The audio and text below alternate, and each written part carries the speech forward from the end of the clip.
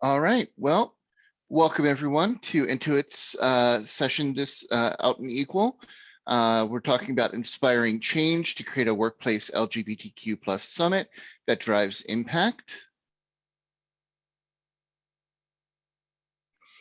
And we're going to give you a little bit of an agenda just so you can, know when to pay attention, because we know, your lives during our virtual summit can be involved in multitasking.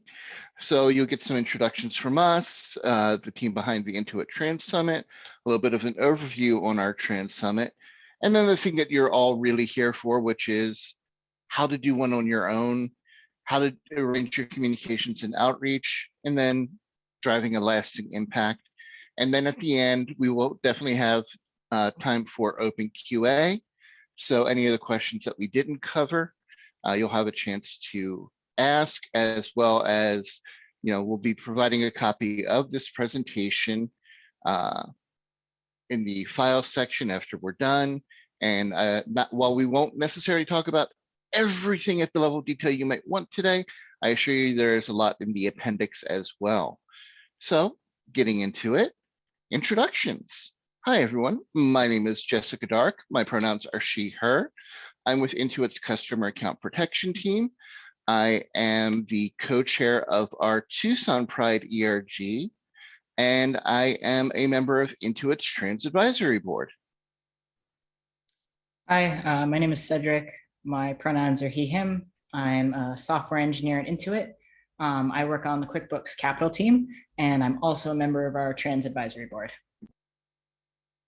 Hi, everyone. I'm Iris Pico. My pronouns are she, her. I'm a senior marketing manager here at Intuit and also our global Pride ERG leader.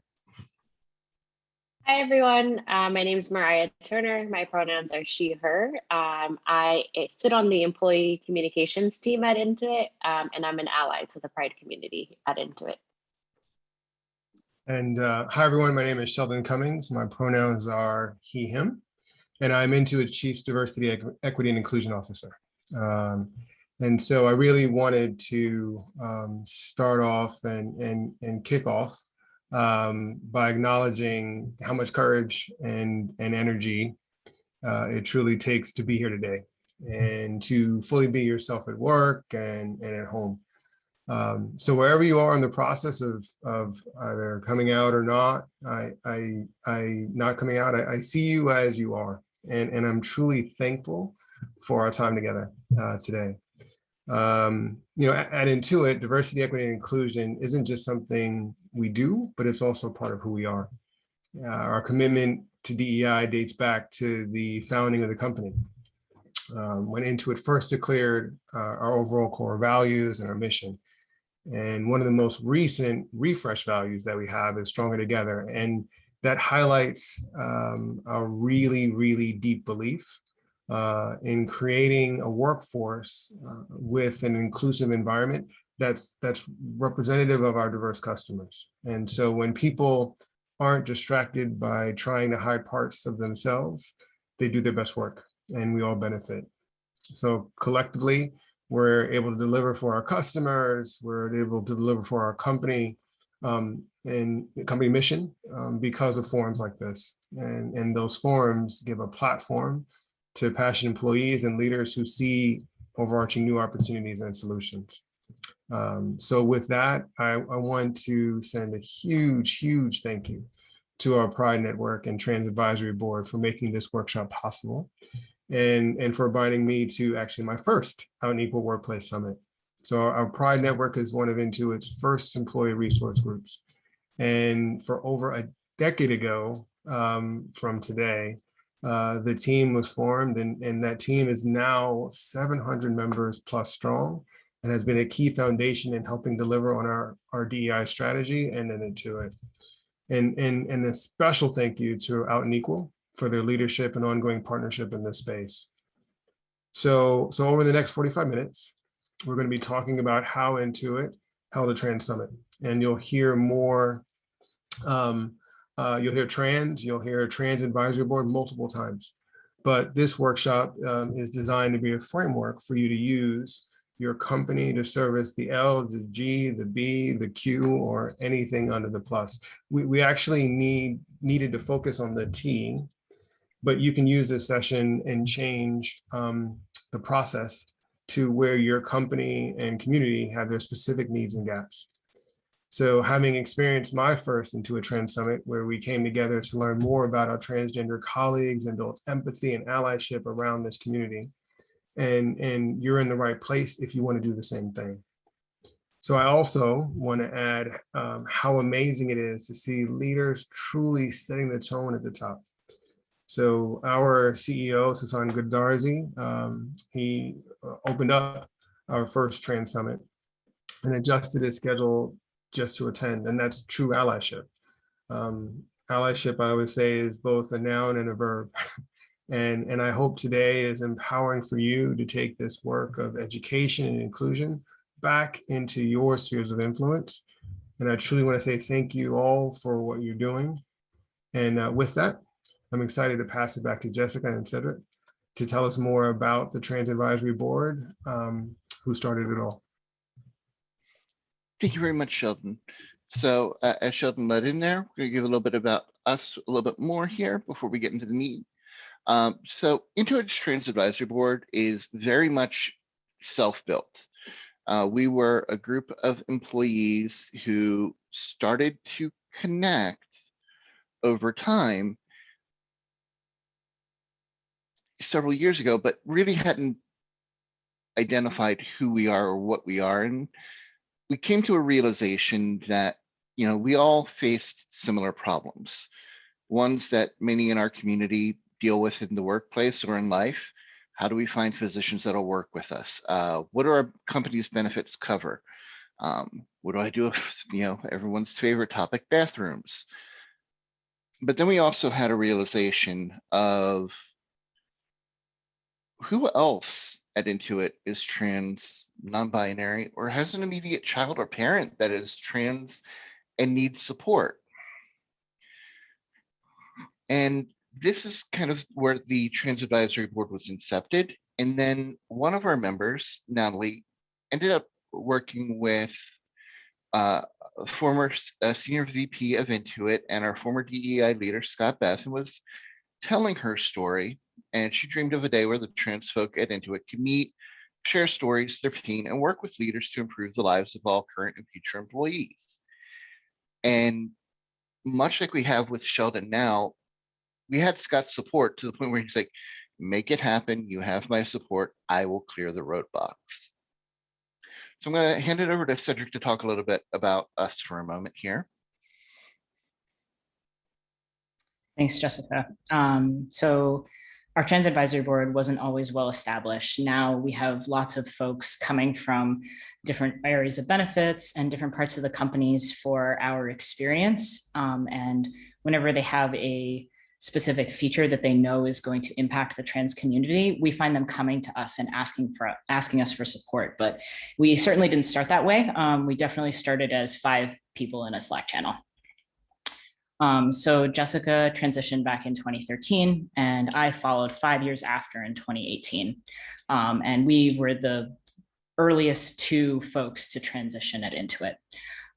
When I went to HR about coming out and I asked things like, what is their playbook for someone who transitioned?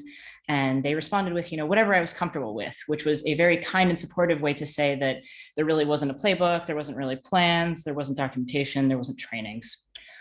Since Jessica was the only known trans person out at the company at the time, HR put us in touch, and that was the beginning of the trans community finding ourselves. So after I came out, Tanner reached out to me within about 5 seconds of my email saying that he too was going through a similar experience.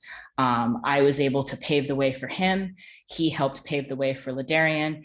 And then meanwhile, while all of this was happening, Natalie didn't know any of us existed, but she was kind of hatching plans around, letting trans issues be more known across the company with with the Pride leader at the time, Abigail.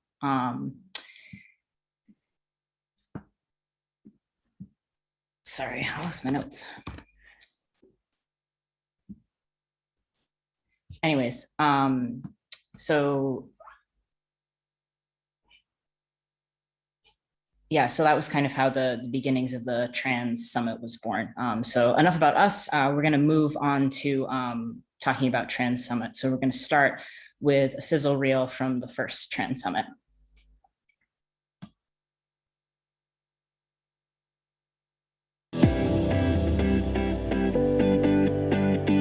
The Intuit Trans Summit 2020 is an opportunity for our transgender community and non-binary community to come together with their peers, to have their voices be heard, to step to the center stage so that their messages can be shared with leaders, with their peers, with their fellow workers across the organization. Genderqueer champions, welcome up to the stage.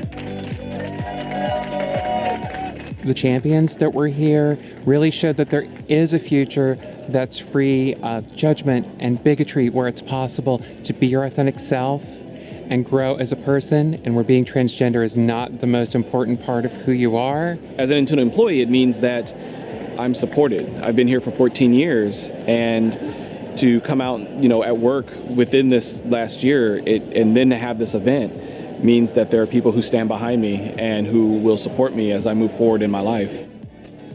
One message that really inspired me today was the kids from Genderqueer. Their experiences were very real and also gave me so much hope for the next generation. The thing that most inspired me, to be honest, was Evie's mom. In my culture, it's not something I've seen often, is the supportive parent of a trans child or non-binary child. So it gives me hope and just makes me believe that the future is a lot brighter. This summit has given voice to those people in our community, has given voice to those people that are coming and doing the best work they possibly can in their authentic selves.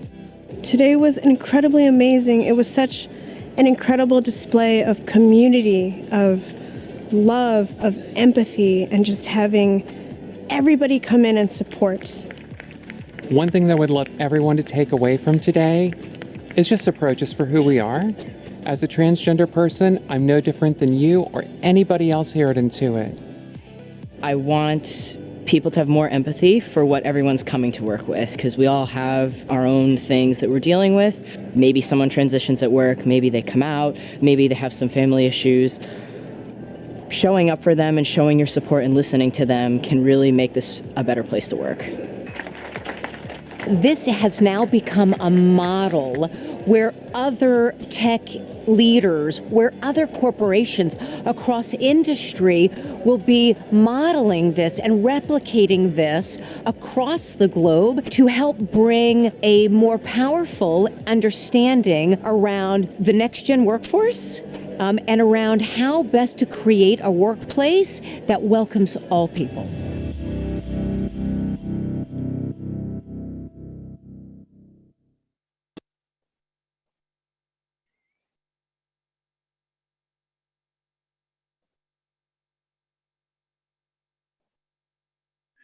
So, a little bit of a recap. Hope everyone enjoyed the video there.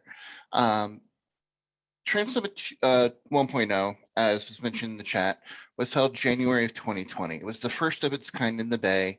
It wasn't just Intuit either, and it was open to all Intuit employees. And we also invited some of our local partners and some of the areas or some of the other companies that were in that area of the Bay with to join us. And it came from Out and Equal. It was purely inspired by Out and Equal on how can we educate our company, our peers, and our leaders on the trans experience. And, we focused on building the empathy, sharing the challenges at all levels of leadership. We're talking about immediate managers for people who are even on the phones, all the way up to the senior leadership. And shedding light on the gaps in our healthcare and benefits. And of course, this is also when we introduced the awesome partnership we have with Genderqueer. Now, first one was a resounding success. It was amazing. You saw the energy there. We started planning the second one on the flight back from Mountain View. We didn't wait. We knew that we were going to want to do another one. So we planned the second one. We're like, okay, when? Well, Trans Day of Visibility seems like the perfect day to do it. And then the world changed. And we had to go, all right, let's do virtual. And what do we want it to be about? Well, we taught the first time. Now let's have a conversation this time and make sure that we're enabling our leaders and allies at all levels to empathize with the transgender and non-binary experiences, celebrate our successes, and establish the framework for leaders and allies in our company to support our employees, as well as education, more education. There's always going to be the education and normalization of terms, pronouns, experiences, introducing, the fact that not everyone is as familiar at the time with non-binary or even agender, and then driving that change to advocate for protecting our vulnerable communities. Now, with that, let's get to the thing that we want you all to be able to walk away with. And just to reiterate, we will be putting all of these slides up on the files section almost immediately after the session. So everyone will get access to this deck. And I'm going to turn it over to Iris to talk about where do you even start? Thank you so much, Jessica.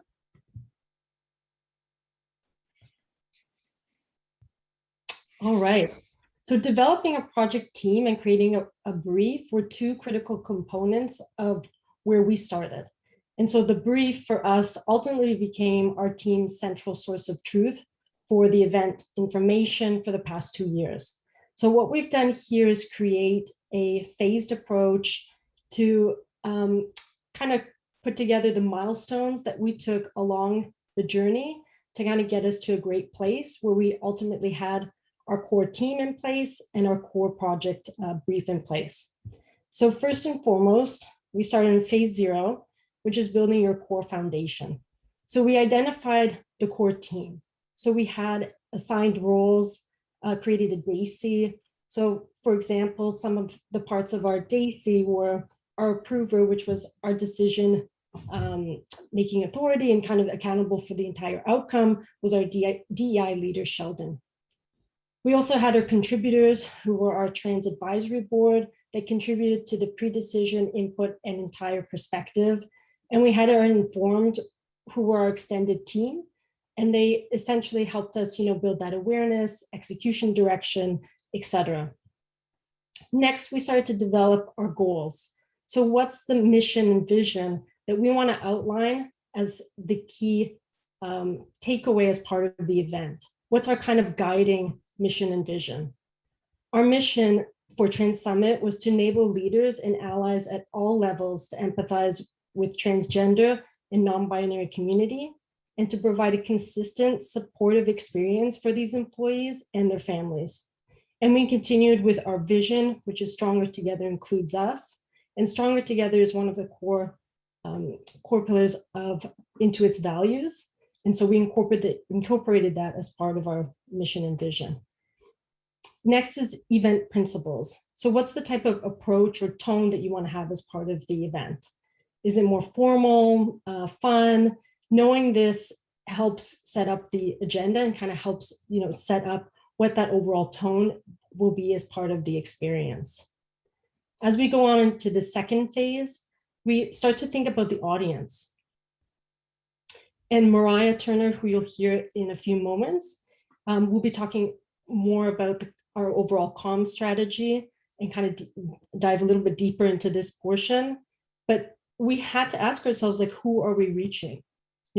As our internal folks, we looked at Intuit all. So this was not just for our trans and non-binary employees. This was also for their managers, for our allies, for ERG members.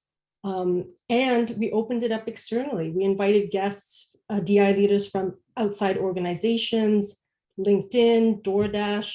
We invited them to the table as well. We also had our gender cool partners, who you saw in the video just before, join us as part of both sessions, as part of both events.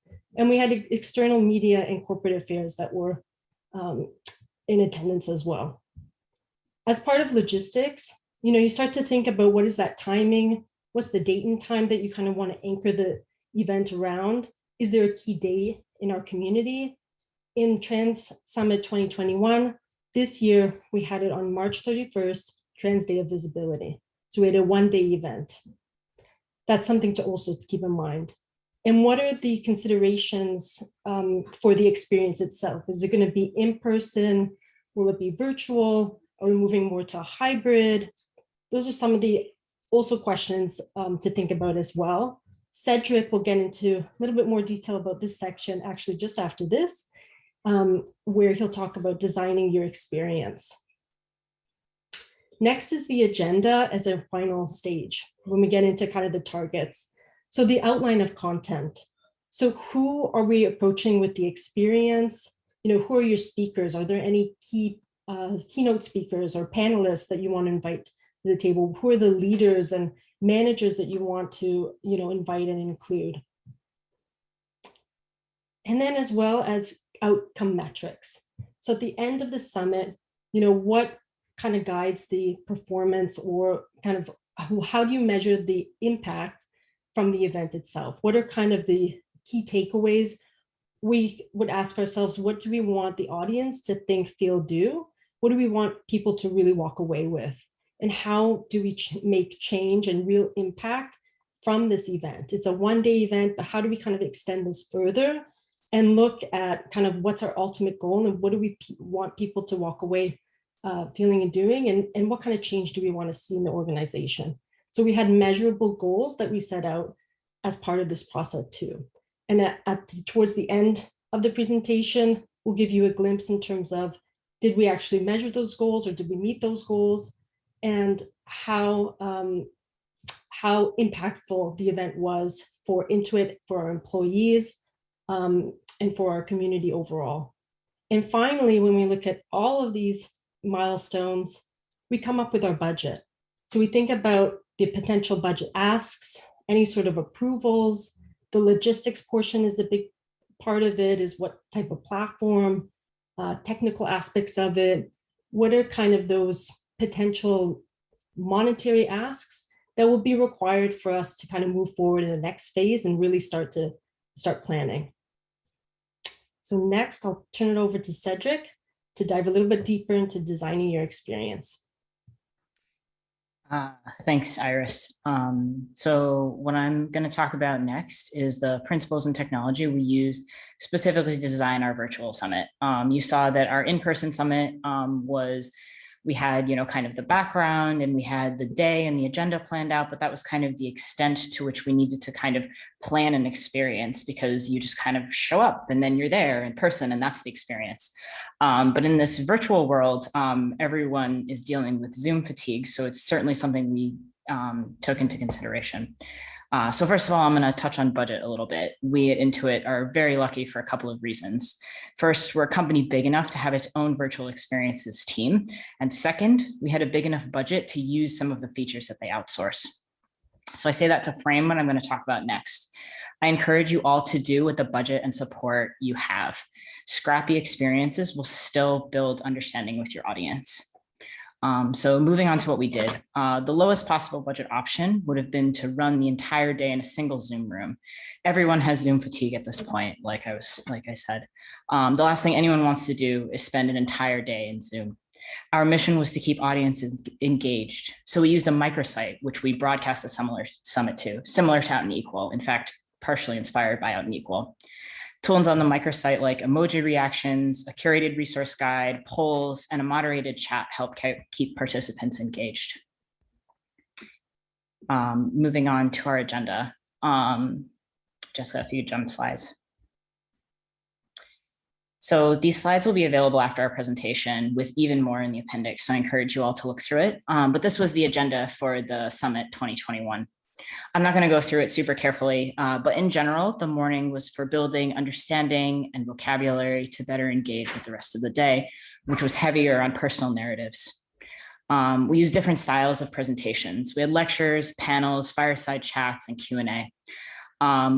Most of our panels did not use slides, as we really wanted our audience to be focused on the speakers and their stories.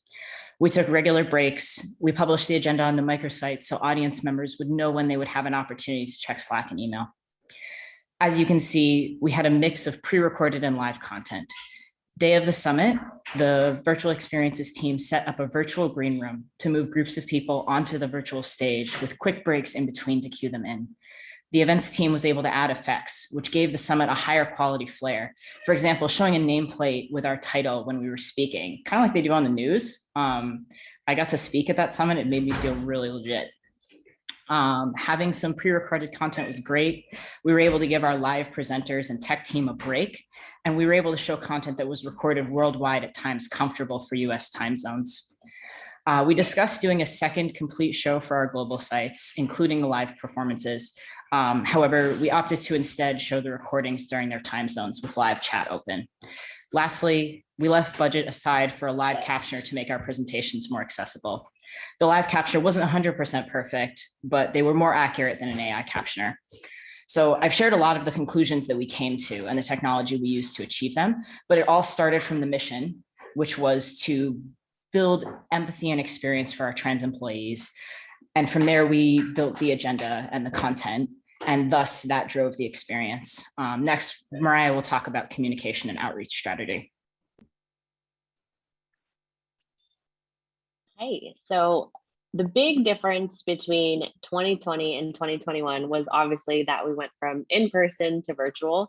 So you can imagine we had to beef up our communications, get even more in sync with each other, and really get creative of how we wanted to market and communicate about this awesome event. So I'll go over three things around determining your audience, getting the messaging right, and how you can briefly market your event pre and post. And so the first thing was around creating an integrated plan. And so with this, we had partners across our Pride ERG, Trans Advisory Board, internal stakeholders, external stakeholders, our partners like Gender Cool, and really the entire LGBTQ community that surrounded us in Silicon Valley for the first one. And then obviously we were able to broaden that scope when we went virtual. And so we did this by creating a plan where we asked, Gender Cool, who are the folks on your invite list? I seen the question of, how did you get folks to attend, or how did you get such a turnout? It was really a partnership. And so asking Gender Cool, who are those key partners that you feel should attend this event? It was partnering with our ERG to say, hey, do we want to invite ERGs outside of Intuit and really spread the word, or are there any associations that we're a part of that we can really invite folks to? And so it was a big learning from 2020 to 2021 of, there were so many people who heard about this event and who wanted to attend, but giving them the proper heads up and spacing out what your plan would be for when you start marketing. And really, it was developing communications that would support the event goals. And so was your goal to increase internal membership with your employees, or was it to increase, and double how many external guests that you wanted to attend, media? And so really, it was a big partnership with communications and the planning team of what we wanted to achieve. And I seen another comment in chat. Yes, this was open to all Intuit employees for both years. And so what we did is we leveraged a lot of our internal channels, such as our company-wide Slack channels, leveraged voices like Sheldon's to send out invites and to really spread the word. And of course, through our Pride ERG communications and really just amplifying everywhere we could, but also being very careful, knowing that we would probably have limits of who can attend and getting folks to really RSVP. The second portion is getting the messaging right. So big question we ask whenever I start communications, at least, is what's the benefit for employees in my case, and really for Trans Summit, it was what's in it for them. So having our audience top of mind when we were deciding on messaging or creating even the keynotes or the panel sessions of how can we make sure 2021 feels slightly different than 2020, but what are those key messages that we really want them to walk away with? And so the cool part of this last year was creating a resource center that we could directly drive folks to So after they sat through a trans one-on-one panel, they could actually go get resources around terminology, or go to different sessions that were specific to that. And so really being very intentional about what we wanted folks to walk away with, and how could we also showcase diversity in some of our panels.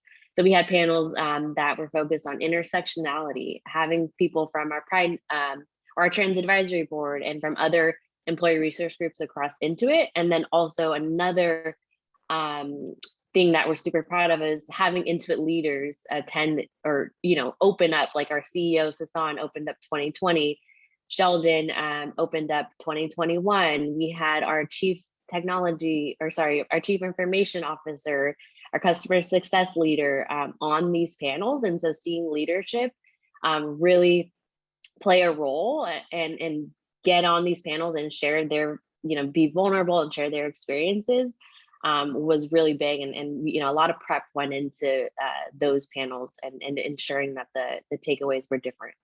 And then another key point that I want to mention is ensuring, we have our Trans Advisory Board members and our Pride members in on the communications.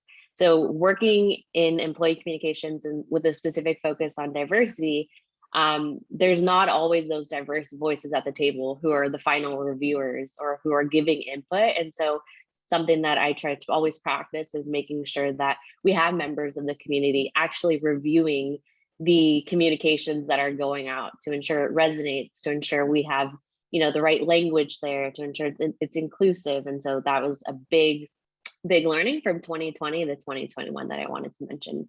And lastly, this section definitely takes more than a minute, but when you market your event, so again, it's a big partnership across your internal, external, and digital teams, including your partners. A big thing I wanted to mention too was our PR team is not here or represented on this panel, but how they chose which media they invited to attend. For example, we had Forbes who did a really great piece on Trans Summit afterwards, but it's finding publications and media who truly care about this content and who can share the story authentically, and prioritizing getting them to attend and getting them the right invites, along with, always employees first. So at your company, ensuring your employees have word, and then inviting your external guests, but also media. Who do you want to really share this story afterwards? And I would say, a big piece of that is why we're here today, because of the success and because we were able to amplify the stories that happened during both summits. So that was a lot there for just 5 minutes, but communications is definitely something you want to start from the beginning, and it goes all the way to the end and even after the event too. So I'll pass it back to Iris. Thank you. All right. So lastly, did the event drive lasting impact? So when I talked earlier about kind of those key metrics and key measures of success that we outlined and kind of those goals that we outlined during our planning session, this is a moment for us to kind of revisit and look at some of those summit accomplishments in the past 2 years. So Jessica, if you want to flip over to the next slide. Perfect. All right, so did we reach our goals?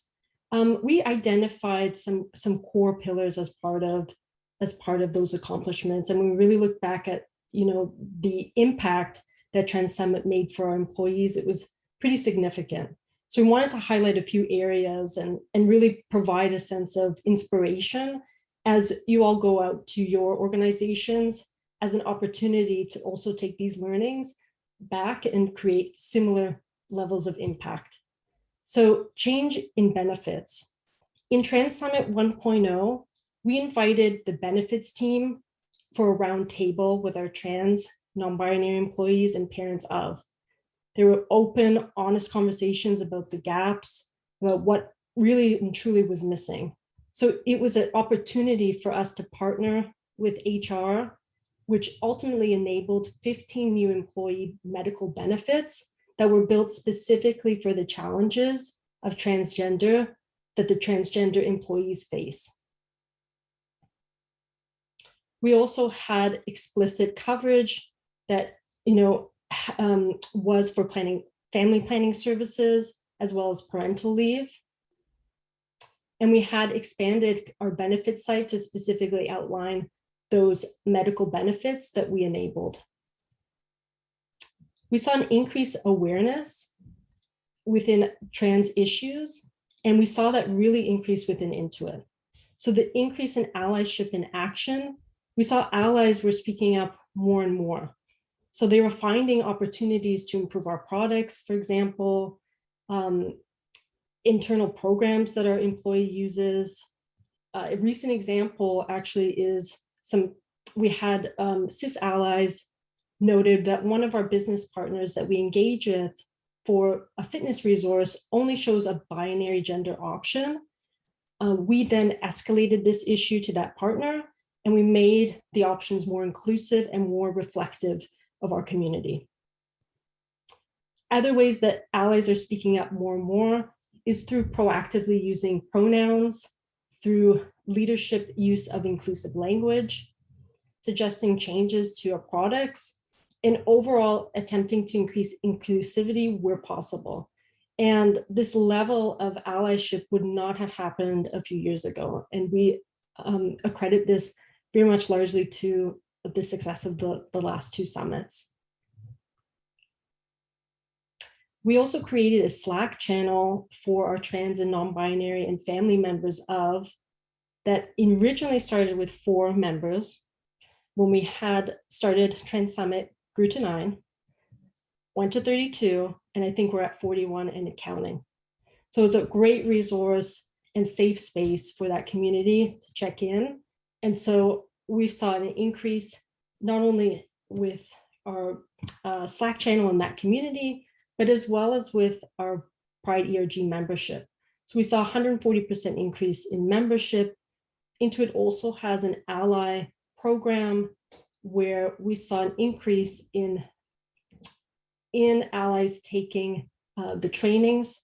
We have a bronze, silver, and soon to be gold level. So we saw increase there. Also with our membership, or excuse me, our partnership with Gender Cool, we received and we had our champions return for the 2nd year and share how together Intuit and Gender Cool launched the first ever reverse mentorship program that really created real pathways to employment. And if you haven't checked out Gender Cool's session, which was hosted yesterday, strongly recommend that you do. This partnership was a 6-week virtual co-learning experience that we are extending into 2022. And it pairs a Gender Cool champion with an Intuit employee to not only provide support and friendship, but to share their experience and their everyday experience of working at Intuit. So for the mentee and mentor, there's great benefits around that.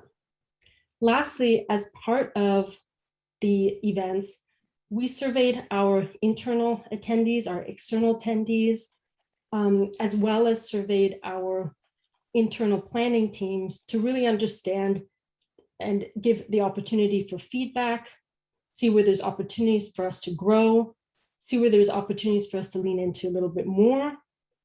And so as part of this feedback in 2020, this was a on-site event. So we held 136 attendees in the Bay Area. Going virtual in 2021, we expanded that and expanded that reach over to global. As Cedric mentioned, we had a recording for our APAC attendees. We had our ERG members from global, our employees from global be able to attend and join us virtually, as well as outside companies, external media that Mariah had mentioned. So our virtual attendees and attendees overall grew to over 500 attendees this year. We had a strong Net Promoter Score, which really showed us that the content that we were sharing yet again this year really made a huge impact.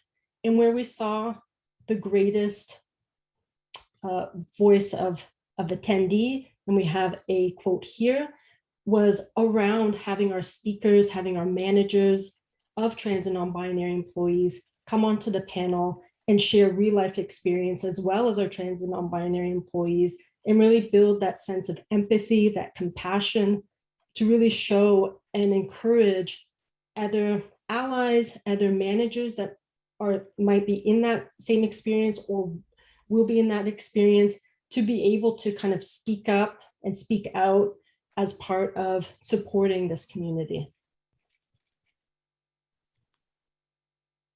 All right. And with that, we're going to conclude our presentation portion of it and move over to Q&A. So we've seen quite a few questions come in through the chat, some of which have been able to answer in the moment, but we will start off with a few questions that we want to address here in the last 15 minutes, and please encourage you all to include any additional questions that you may have about any of the content that you see here. If we don't get to all of the questions today, please do email us at pride@intuit.com, and we'll be sure to get back to you and be able to connect with you a little bit further on any sort of questions we don't cover here or any other topics. So first question here, in terms of any sort of pushback. So first question we have was there any pushback from the workforce? If so, how was this handled?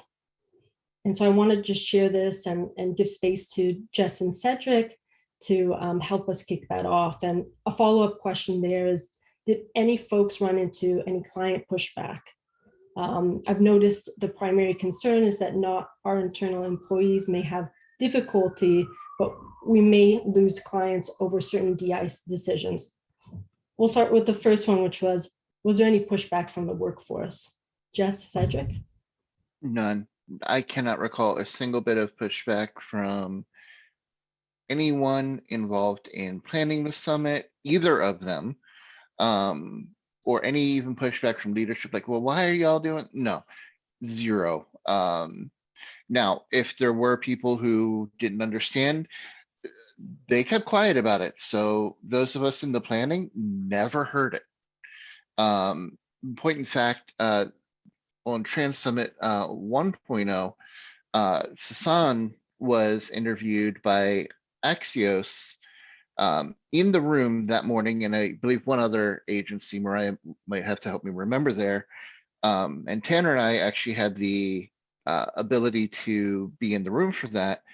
And this is a paraphrase. You'll have to go to the correct article for the quote, but Sasan actually did flat out say that when investors question our DEI philosophy, if they aren't comfortable with the fact that we, as Sasan likes to say, diversity is a fact, inclusion is a choice. If you don't like that, you may not be the right kind of investor for us. So that is the level of support that we have. And it resonates with us 2 years later. Cedric? Yeah, nothing more to add. You said everything I wanted to say.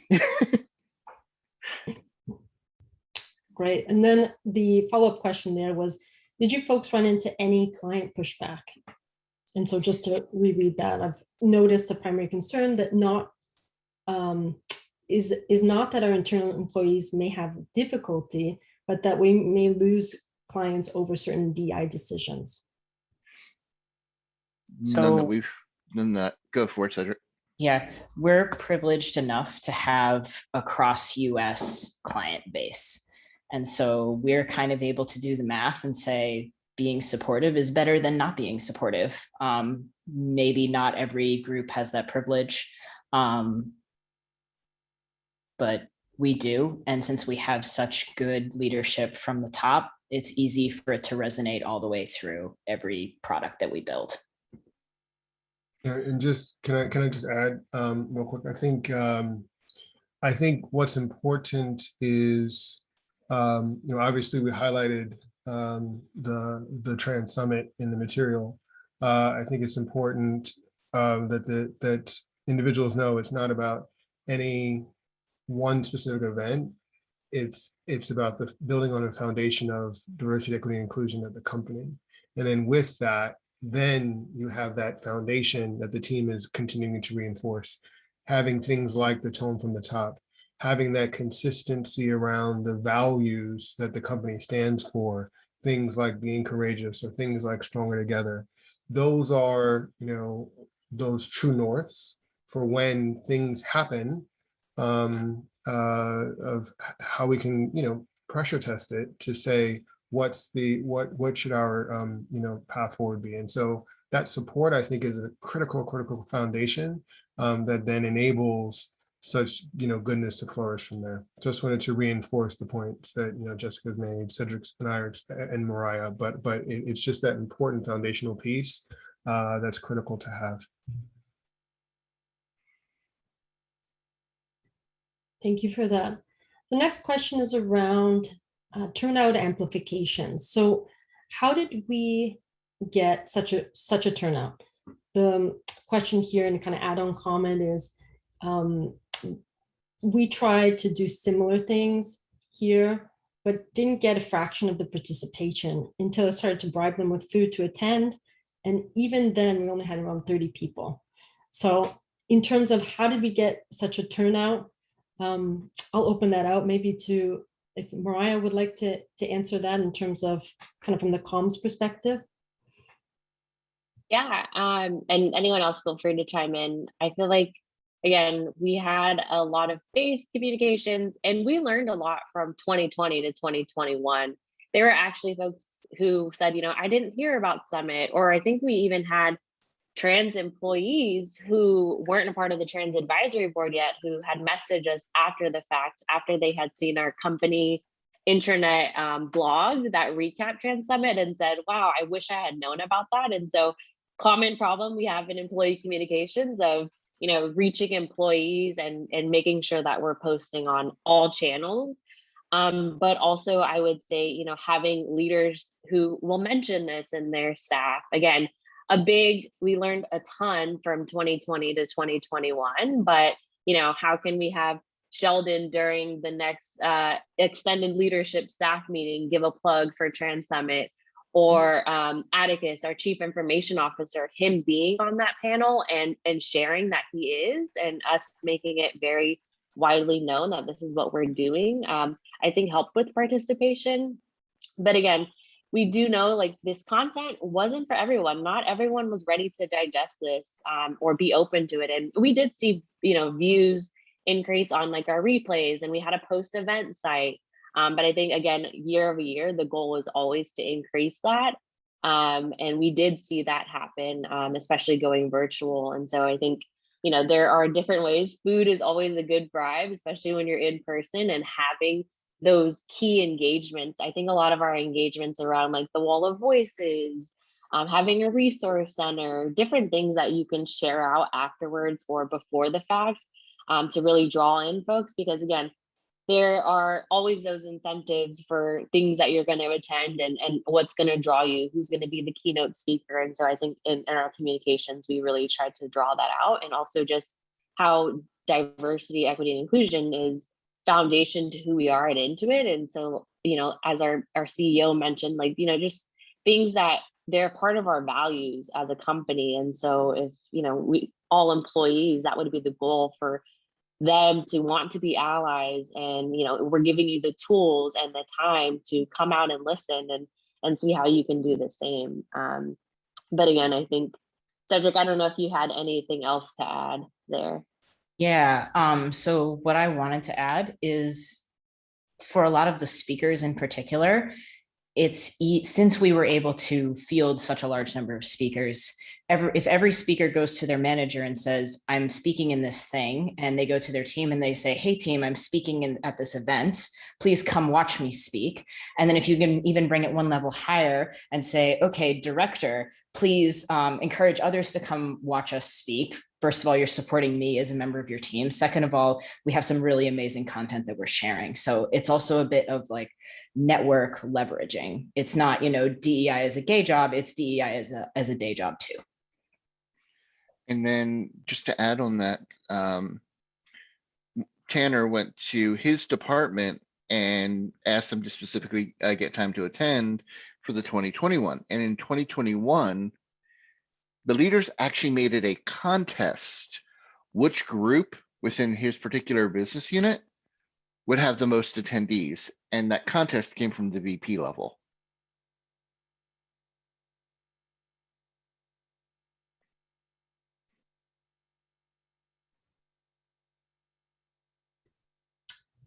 Right, next question. This is specific to the Trans Advisory Board. Do you vet the folks joining the Slack channel? So this isn't specific to that Slack channel that was referenced earlier. And how do you keep it a safe space? Yeah. Go you first, Cedric. Jesse answered already in the chat, but there's two ways essentially that we add people to the channel. The first way is we run an event and someone reaches out to us and says, hello, I am a parent of a trans child, or I am questioning, can I get added to the chat? The second way is the members of the Trans Advisory Board kind of watch, because we have a feature where you can add your pronouns in Slack. And so we kind of watch to see people's pronouns. And if someone has, I don't know, pronouns that suggest they might be trans, like any pronouns, or they use they, them, then we reach out to them and we say, hey, you know, we've got this Slack channel. Are you interested in joining us?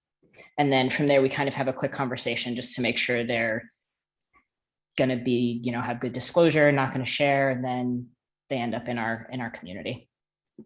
And then once they're in, you know, we do ensure that it is a safe space, that people are free to talk about what's affecting them, the questions that they have, and help troubleshoot issues that they run into.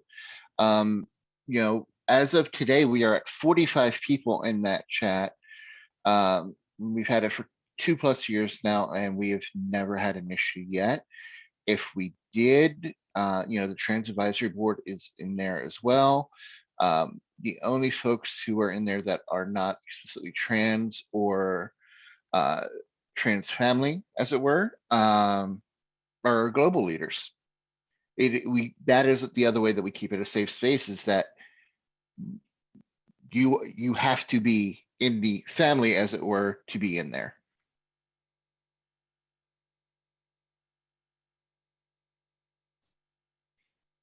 Next question here. Do you hold summits for other colors of the rainbow as well, or just the trans and non-binary colors? Well, I'll start off on that one. You know, as Sheldon mentioned in the opening, you know, our first focus was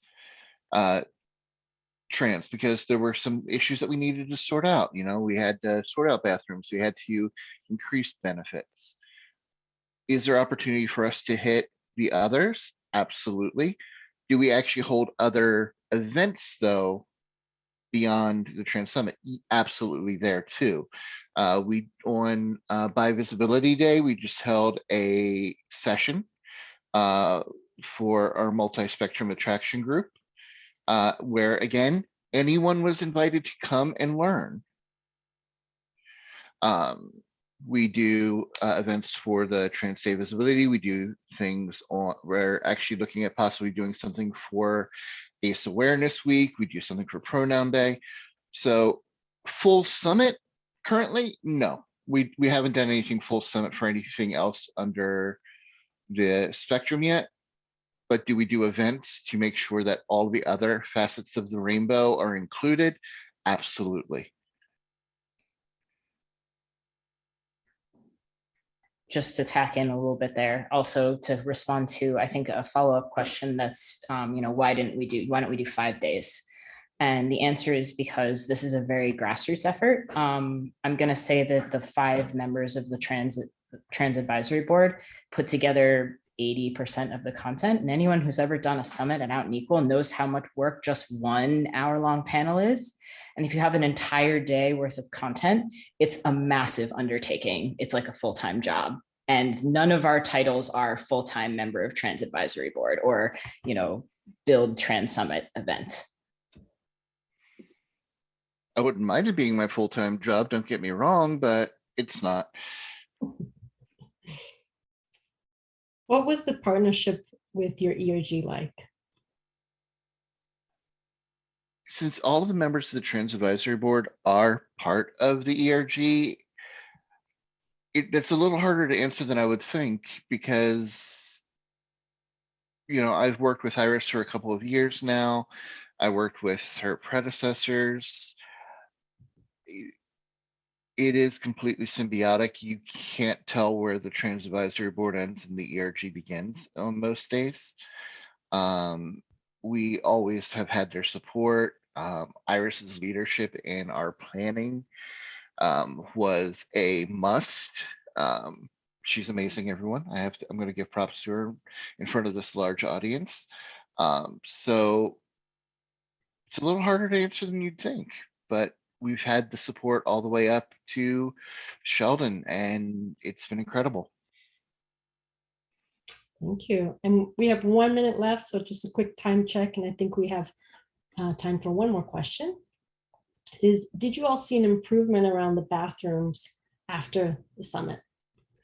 After the first summit, yes, we actually received information from the leader in charge of the entire company's physical footprint.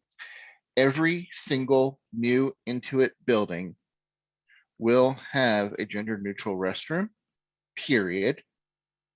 And as far as restrooms in general, I'm going to bring an anecdote back from when I first came out back in 2013. And this has struck me so hard even back then, but it holds true in the conversations HR has with any new folks who, as they come out. I volunteered back in 2013. I'm like, yeah, bathrooms I know are a thing. And, you know, I'll use the gender neutral one at my site here in Tucson. And HR looked on the call, looked at me and said, no, if anyone has a problem with you using the women's room, they can use the gender neutral restroom. Period. And that message has continued to this day. It's still on every email that goes out about every trans person coming out. 8 years later. All right, so thank you all very, very much for attending. I hope you did get something out of this session. Excuse me. There is an appendix one here as well. You know, when we go ahead and upload this document, which we will be doing shortly, you'll be able to see everything we presented, plus some of the things that we didn't get to because it'd be a little too detailed, and we wanted to make sure to have time for Q&A for y'all. So thank you all, and have yourself a great rest of Out and Equal.